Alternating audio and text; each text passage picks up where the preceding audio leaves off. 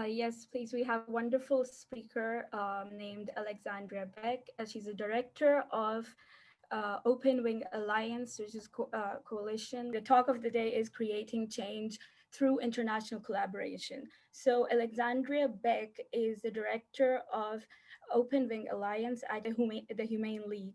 The OWA is a global coalition of more than 80 organizations with a focus on institutional campaigns to ban and end abuse of chickens worldwide. Alexandria also serves as a fund manager for Effective Altruism Animal Welfare Fund, helping to recommend several $1 million worth of grants to effectively improve the well-being of non-human animals. She resides in Denver, Colorado with her partner and two very cute cats. We welcome you, Alexandria Beck. Hi everyone, can you hear me okay?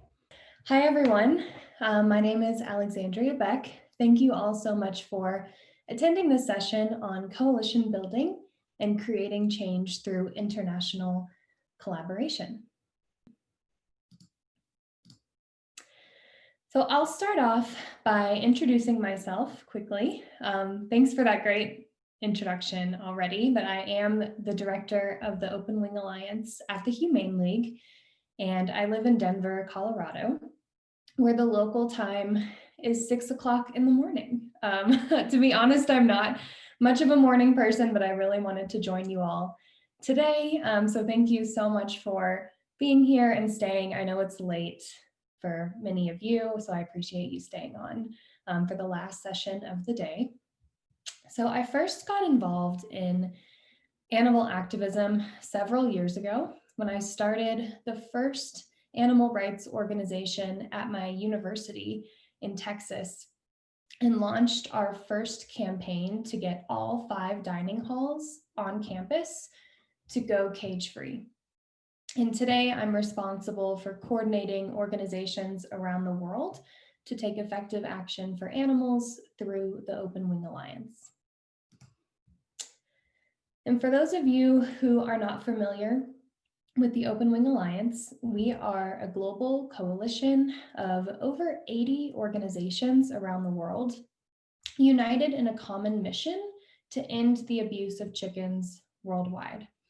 And together, our coalition is changing the way that the world's biggest companies treat animals, and we're setting a new standard for corporate animal welfare policies locally in every major market and globally. So our first step toward achieving our mission is eliminating battery cages from the planet. And we're working toward that by securing one corporate cage-free policy at a time. And just in case anyone isn't familiar with the term battery cage, these are essentially tiny wire cages pictured here that don't allow hens the space to spread their wings, move around normally, access food or water, or really perform any of their natural behaviors. And we chose to focus on helping egg-laying hens because right now, across the globe, the majority of hens are confined in cruel cages just like these. So I want to do a quick poll and a quick quiz. I'm hoping the tech support can help me out with this.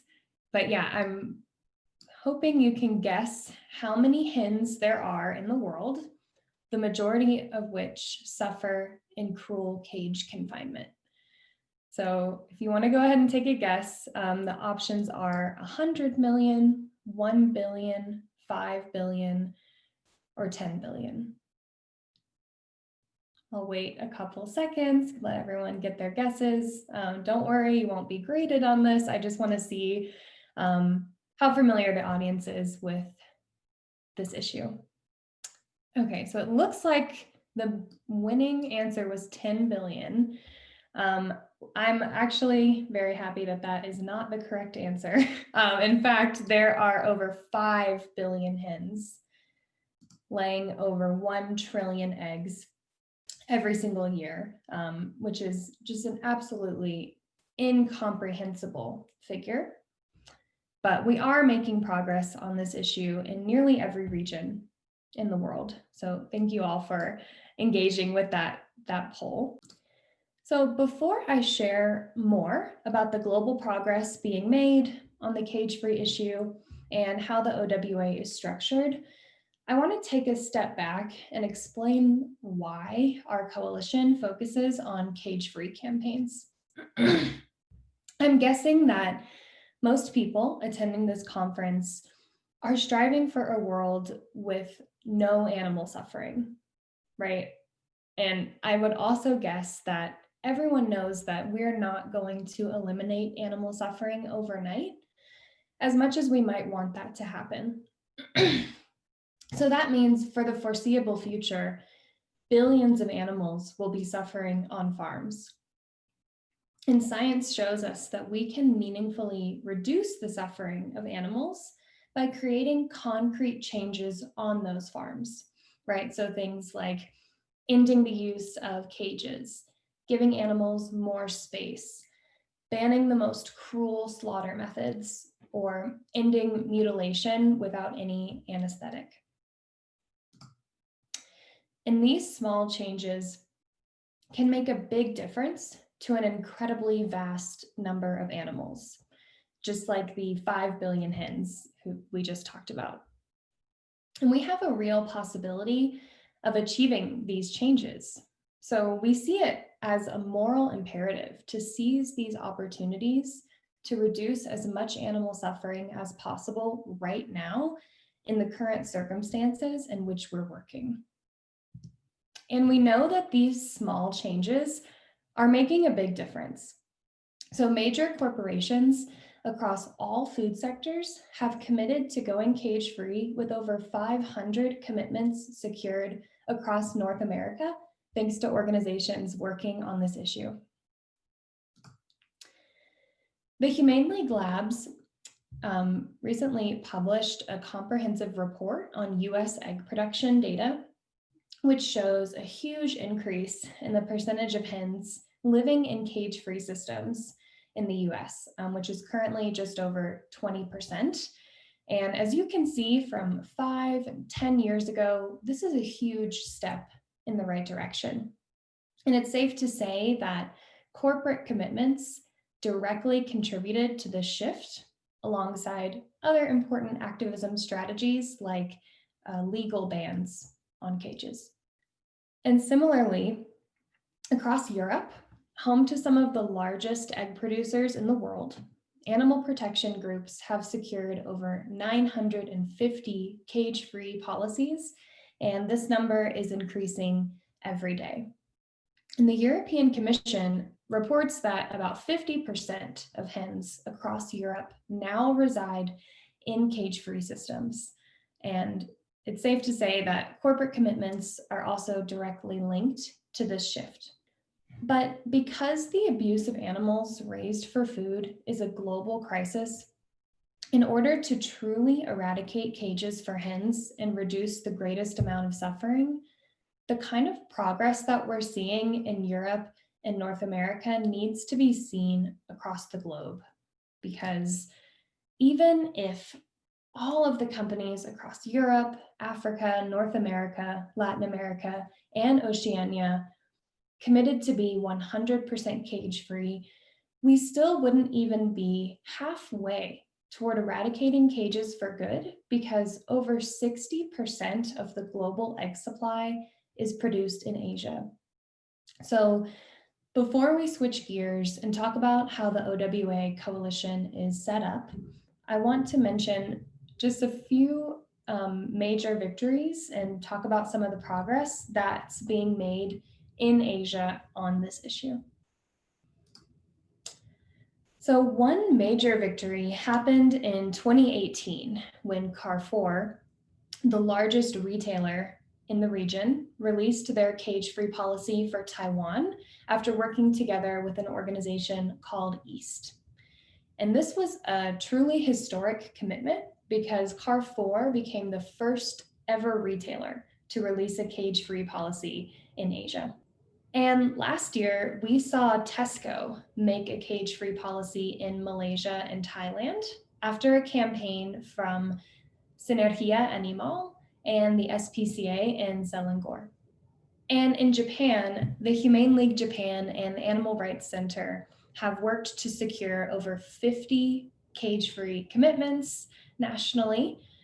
They've also worked hard to make sure that all of the global policies are translated and published on companies' regional Japanese websites, right? This is a key component of our global enforcement strategy. And often a company's headquarters, let's say in the US, will make a global cage-free policy for their global supply chain. And then they'll neglect to communicate this policy to all of the regional branches where they operate. So it's extremely important that we have OWA groups on the ground who can make sure those global policies are implemented at a regional level. And of course, these are just a couple of the many victories that OWA groups in Asia have had over the past few years. But it's clear that momentum for cage-free and higher welfare is growing throughout the entire region, which is wonderful to see. So I've explained what the Open Wing Alliance does, some of the progress coalition groups have made, but now I want to talk a little bit more about the theory behind the coalition model and how we are set up. So as you know, the Open Wing Alliance is a program of the Humane League. And the Humane League has branches in the US, the UK, Mexico, and Japan.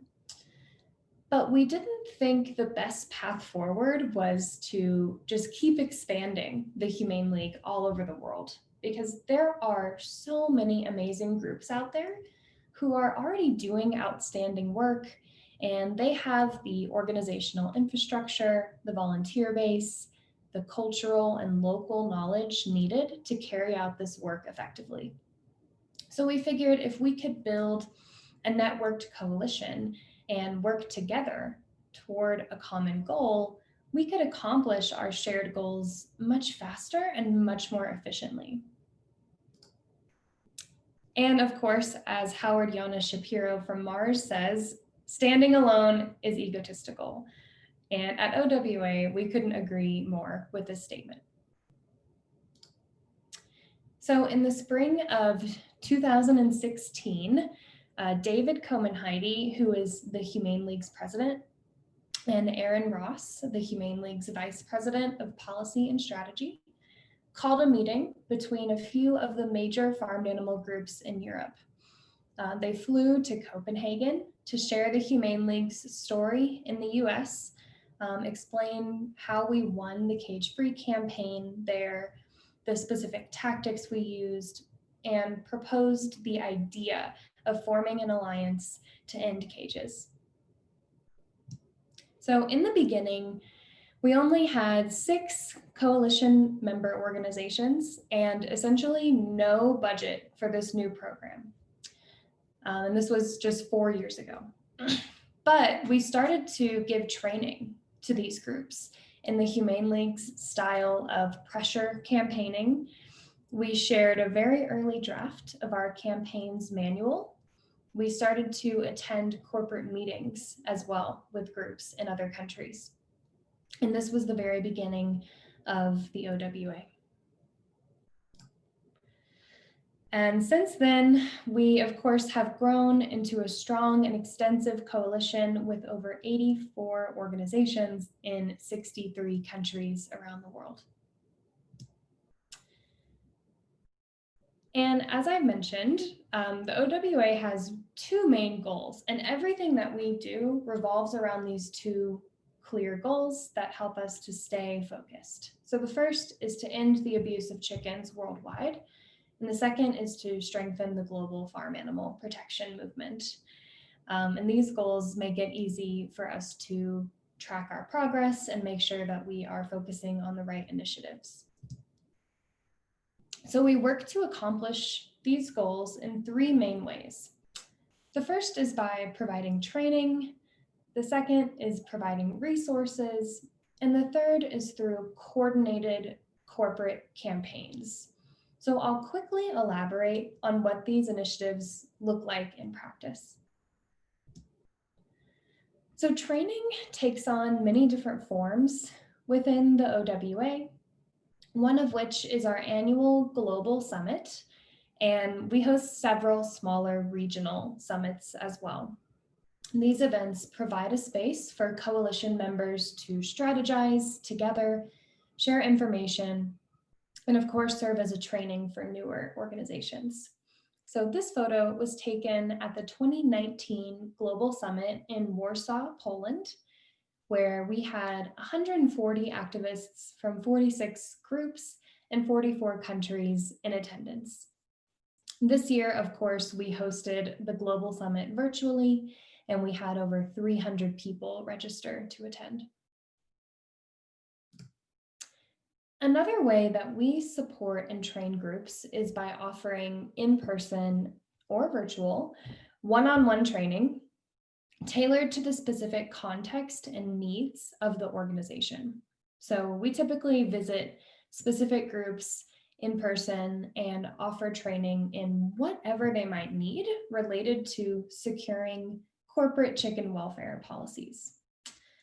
And a great benefit of the coalition model is that staff at the Humane League are not the only ones who lead trainings for OWA groups, right? We have so many experienced coalition groups that have also conducted these trainings, enabling us to support more groups each year and allowing groups to get trained by experts who are working in the same region as they are, right? So this photo was from a training in Peru led by Sinergia Animal, where they visited a cage-free farm during the training. And since Sinergia Animal also operates throughout Latin America, they are much better positioned to lead a training that's tailored to the specific context and circumstance of that region. So the second way that we work toward our goal as a coalition is by creating and crowdsourcing how-to resources related to corporate outreach and campaigns. And we house all of our resources in one centralized location on our private member-only website. And this site contains everything from extensive 50-page manuals to webinar recordings, case studies, training videos, and more. Another one of our resources is our grant program. So we provide funds to our member groups to either start or accelerate chicken welfare work in their respective parts of the world.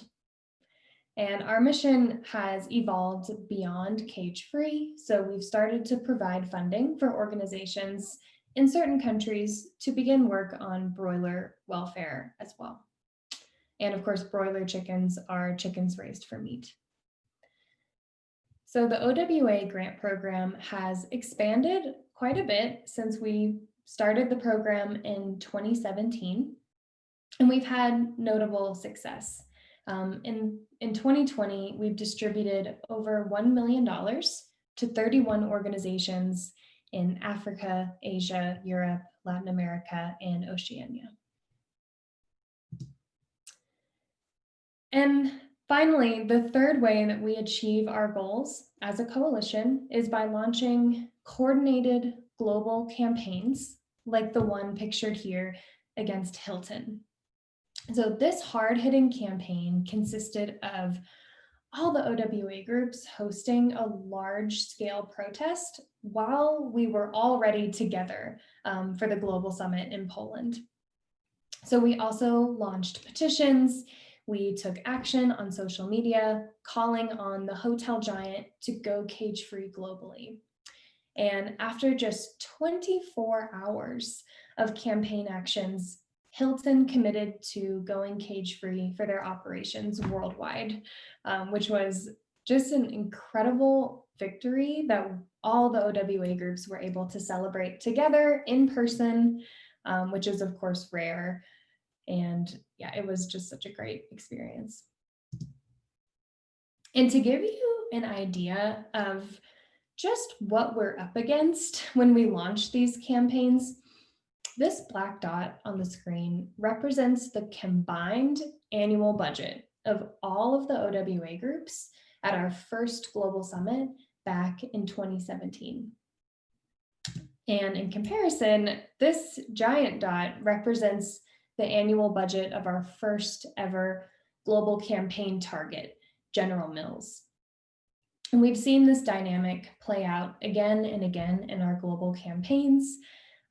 Even with over 80 member groups today, our campaign targets and their resources still tower over us like giants.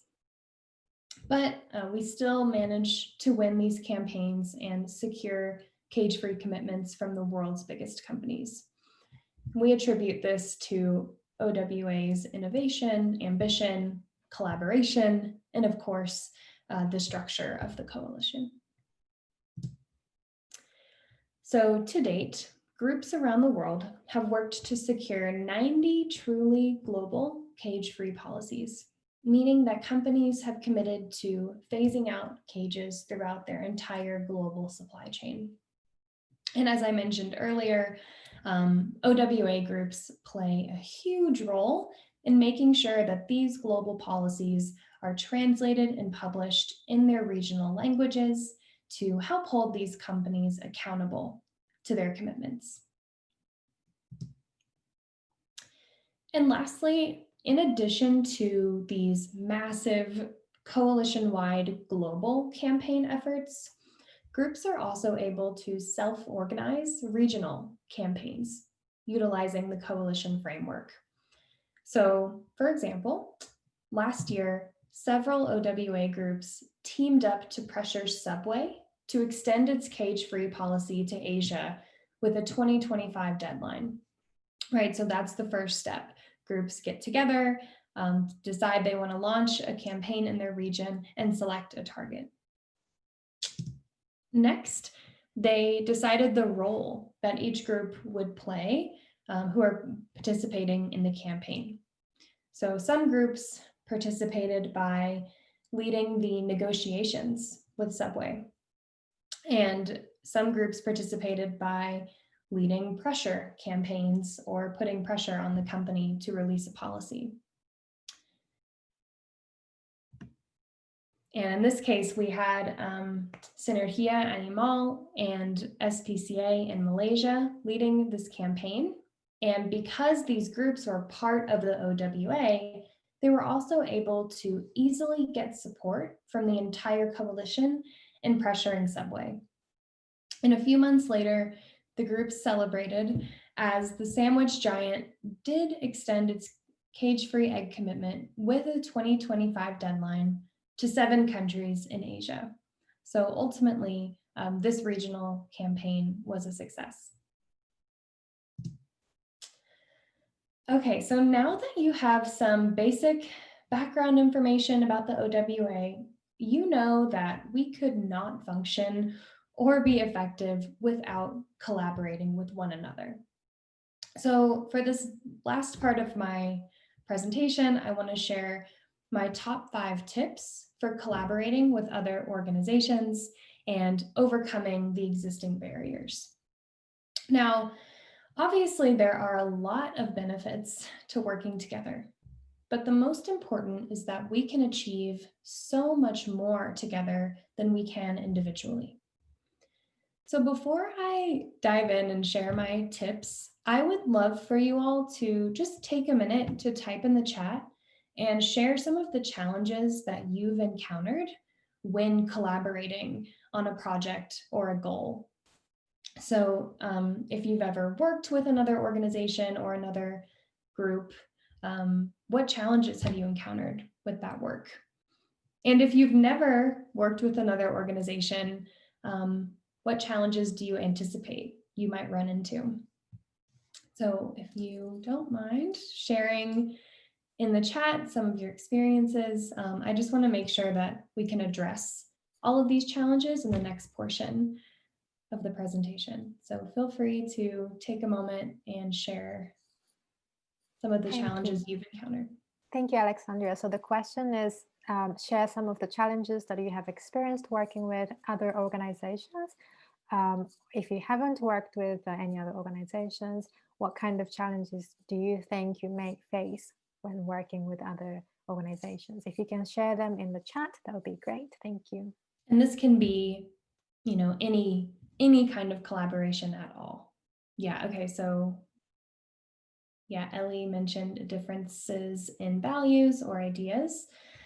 Certainly, that is quite a big challenge if you maybe have different ways of going about activism or different ideas of what success looks like, then it will be quite difficult to collaborate. Does anyone else have any challenges you've experienced that you would like to share? Okay, we've got visions not being common, miscommunication, extra time required for sure in dealing with others. Yeah, Angel shared who gets credit for the victory if you're all working together. That's a great point. Let's see, Anne shared differences of actions, division of labor. Yeah, all of these things are certainly challenges that I'm going to make sure to cover in the next section and hopefully give you some tools to overcome these challenges in the future. Thank you all so much for sharing.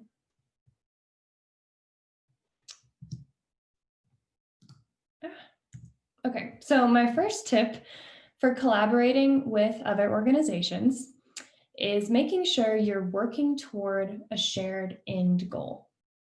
Ideally, your goal is very specific, right? Something like abolishing cages rather than something really broad like helping chickens or ending animal suffering. These broad statements can serve more as your mission, but think of your goal as a really specific thing that will help you achieve your mission. And that way, success is clearly defined from the start and everyone is working toward the same thing. Specific, clear goals also make it easy to understand each organization's role in achieving the vision.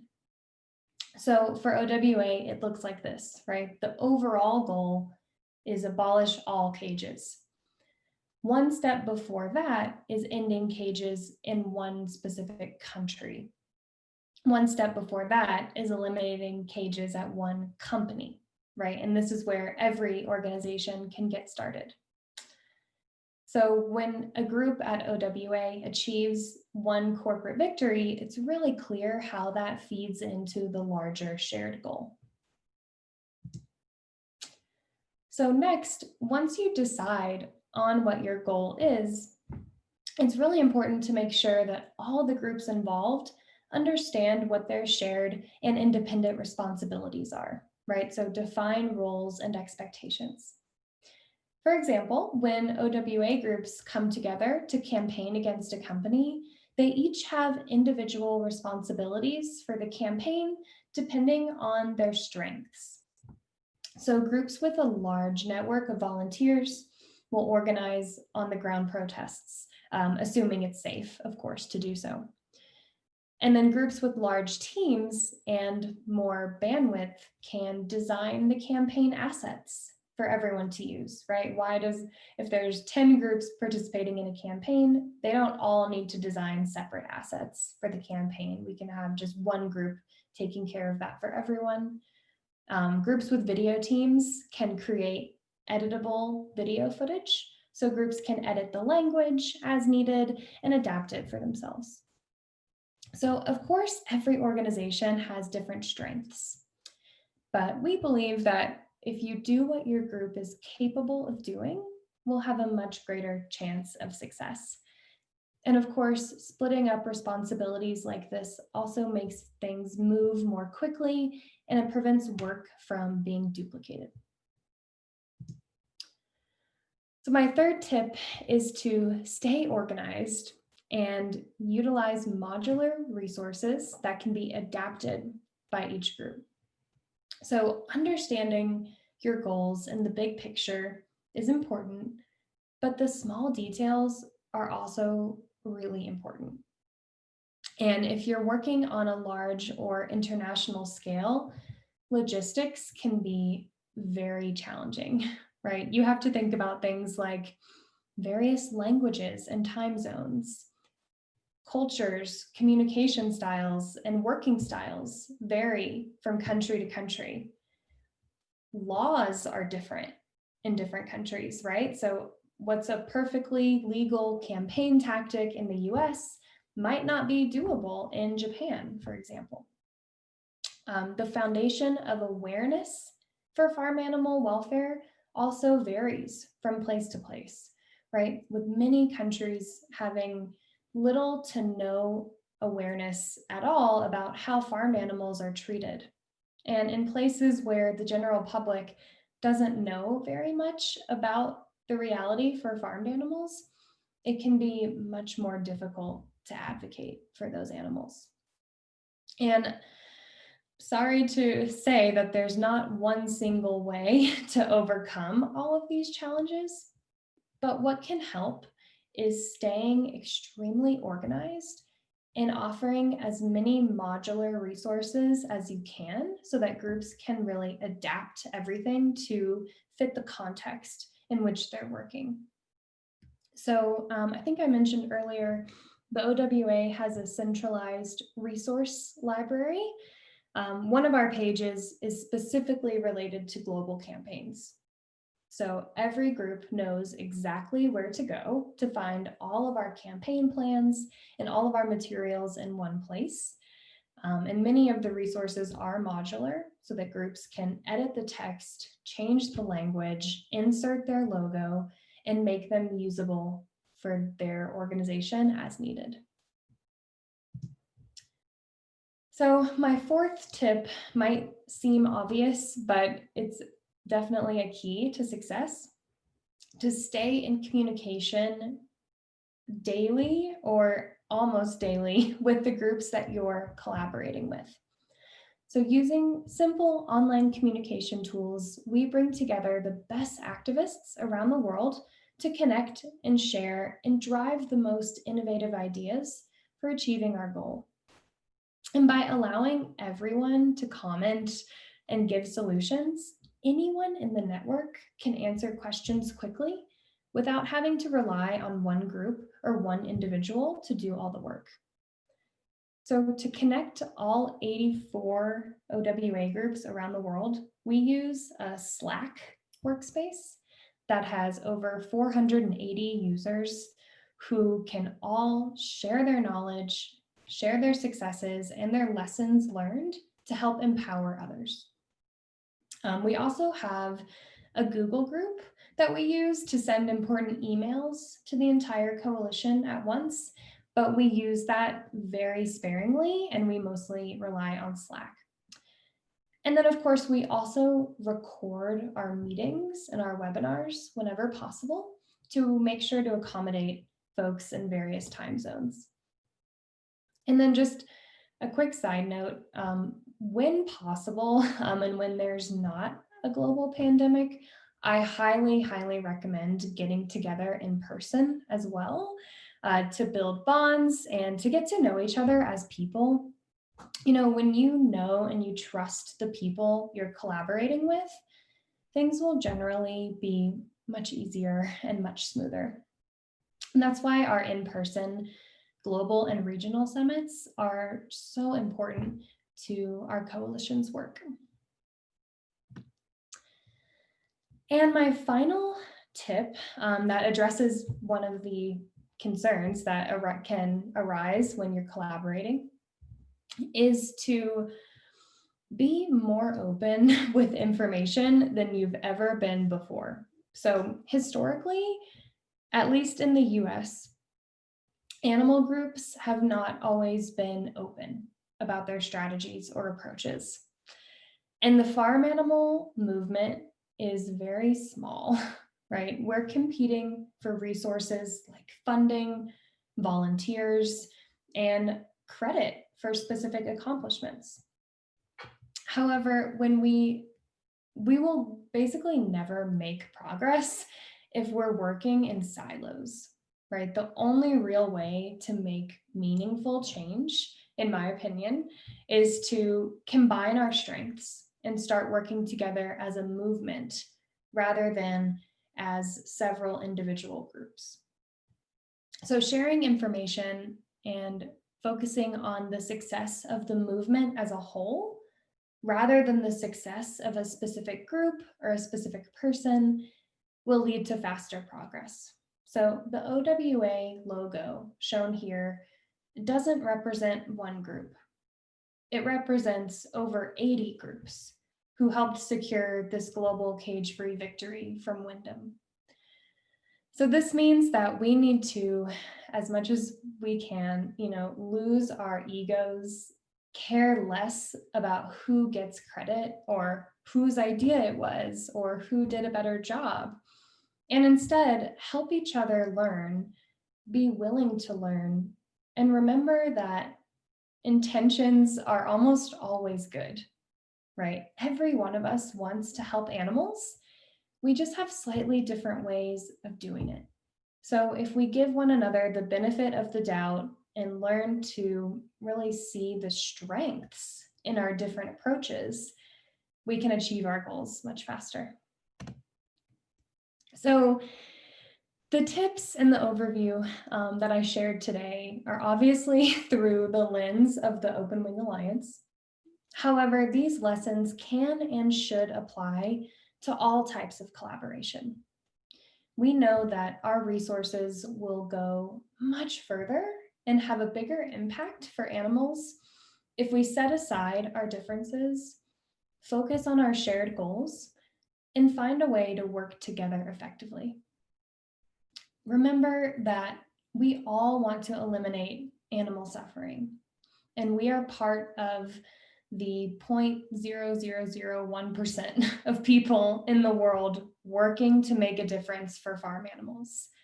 So it is imperative that we join forces and make progress together as a movement. That is it for me. Thank you all so much for listening and sticking around to the very end of the conference today. I'm more than happy to take your questions. I will go ahead and stop screen sharing now. Great, thank you, Alexandria. It was such a great, fantastic workshop. Thank you so much. I think we do have a few questions, so I'm just going to go through them one by one. Right. Okay, so we have one from Monica from Japan. Do you follow up with corporations whether their policies are actually implemented in all of their operations afterwards? Yeah, thank you so much for this question, Monica. That's a great question. Yes, is the short answer. So I think to elaborate, we learned a lot of lessons after doing this work in the US, where originally we didn't really follow up as much or focus on accountability with these campaigns and with these companies. But now, anytime a company makes a policy, we require them in the policy to agree to public reporting. So they are automatically agreeing to publicly report on their progress. And we also ask that they agree to third-party auditing so that there's a trusted outside third party who can come in and make sure the progress that they are reporting is accurate. And in a case where a company refuses to report, or they're not reporting at all, or they're not moving quickly enough, we have launched accountability campaigns before as well. So a company is certainly not off the hook from us. If they don't report on their progress, it's possible that they will experience a campaign until they do indeed start reporting. So this is a huge part of our work and very important, because the policy on its own is meaningless if the companies don't actually implement it. Thank you so much, Alexandria. I'm just going to move on to the second question from Kaho from Japan. What are some of the excuses that you have received from corporations for not going cage-free? Yeah, this is a great question as well. I think one of the most common ones is just that it is more expensive to go cage-free. And companies are often, of course, concerned about their bottom line and don't want to have to spend any additional profit or money switching over their farms to be cage-free. We luckily have a lot of counter arguments to that point. Sometimes companies also will say, why should they do this? Because their customers don't care about this issue, right? So that's what I was mentioning in the presentation, is that in some countries where farm animal issues are not widely known or talked about, companies think that this isn't an issue the public cares about, and that it's not important for them to release this policy for their customers. But yeah, we have basically a guide of frequently asked questions from companies, and then how we would respond in those instances, which we share with our member organizations, and they help us to provide answers depending on the region as well. So yeah, this is a big topic for us within OWA, and something that we're constantly thinking about. Thank you so much, Alexandria.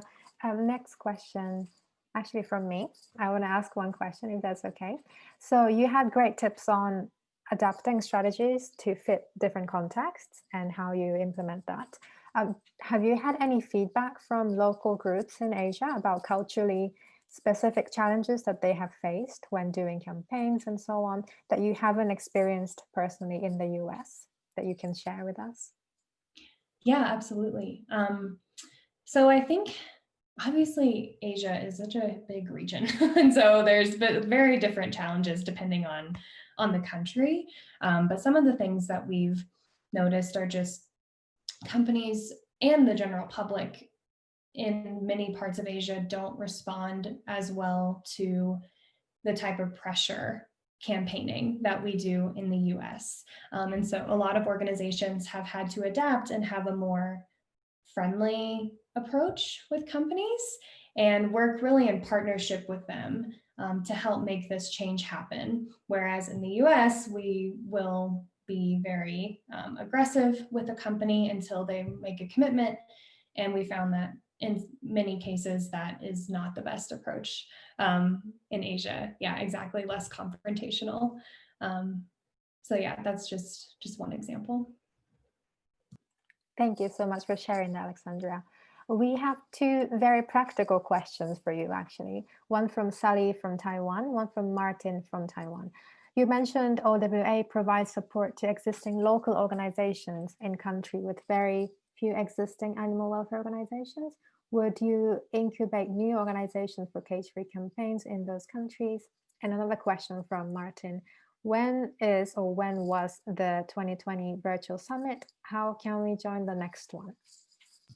Yeah, thank you both for those questions. To answer the question about do we incubate new organizations, I think this is definitely something we would be quite excited about if there are individuals in a country with not very many existing animal welfare groups. If someone's interested in starting a group, that is always very exciting news to us. So I would definitely encourage you to contact us and reach out. We've worked in this capacity in a few different cases. There was one group who we worked with in Turkey, who there was this university professor who wanted to start his own group and join the OWA, and we've been supportive of that organization in terms of, you know, making sure they can join the network, get access to all of our resources, and basically just work with us as they grow. But yeah, in terms of our actual role, we aren't really in a position to focus as much on the incubation piece of new charities, but we will basically do our best, just depending on the situation, to help however we can. So yeah, I think that's something that we can explore. And then in terms of the global summit, It took place this year in May, but I do want to give a quick caveat. I don't think I explained this well in my presentation, that our summits are for existing OWA member groups and for our external partners. So they're not really a public conference like this one where anyone can join, because they're very specific like strategy sessions where we're trying to figure out what should we do next to reach our goal. So we really operate these events on an invitation only basis. But if you work for an organization that does any kind of chicken welfare campaigns, we would be happy to extend an invitation your way if you just reach out to us. Thank you very much, Alexandria. I think we have one more question coming up from Angel from Hong Kong. If there are any disagreements about the details of campaigns, how would you resolve between different organizations? Do you have any tips? Yeah, that's a great question. Yeah, so I think one thing that has worked really well for us is that we're not very prescriptive about like, you have to do this specific thing, or every single organization has to do this. We really just let every group decide for themselves what makes sense for you and for your organization. Some groups, decide to opt out of campaign altogether because they've already had maybe a positive dialogue with a certain company, and they're worried that if they participate in the campaign, that could hurt their relationship. And so they will just opt out entirely. So really, we are not really strict or prescriptive, just because there's so many different circumstances and so many different groups. We let them make the decisions on their own. But then if there ever is like a regional disagreement between two organizations, we've had to play like a mediator sometimes, and we'll just get these two groups together with a neutral party facilitating the conversation and help them work it out if possible. So that doesn't happen very often, surprisingly, with so many groups. But yeah, I think we've been really lucky. All the organizations seem to get along for the most part. Thank you, Alexandra. We have time for one more question, I think, and we've got one from Haru Lev from Korea and Taiwan. So they ask, some organizations like DXC, they do disruptions against welfare campaigns. With such big differences in ideas and strategies, how do you think we can work together? Do you have any tips? Yeah, thank you very much for this question. I really appreciate this one. I think that we should all really learn to see the value in these very different approaches. And I think that they can work in tandem with each other. Maybe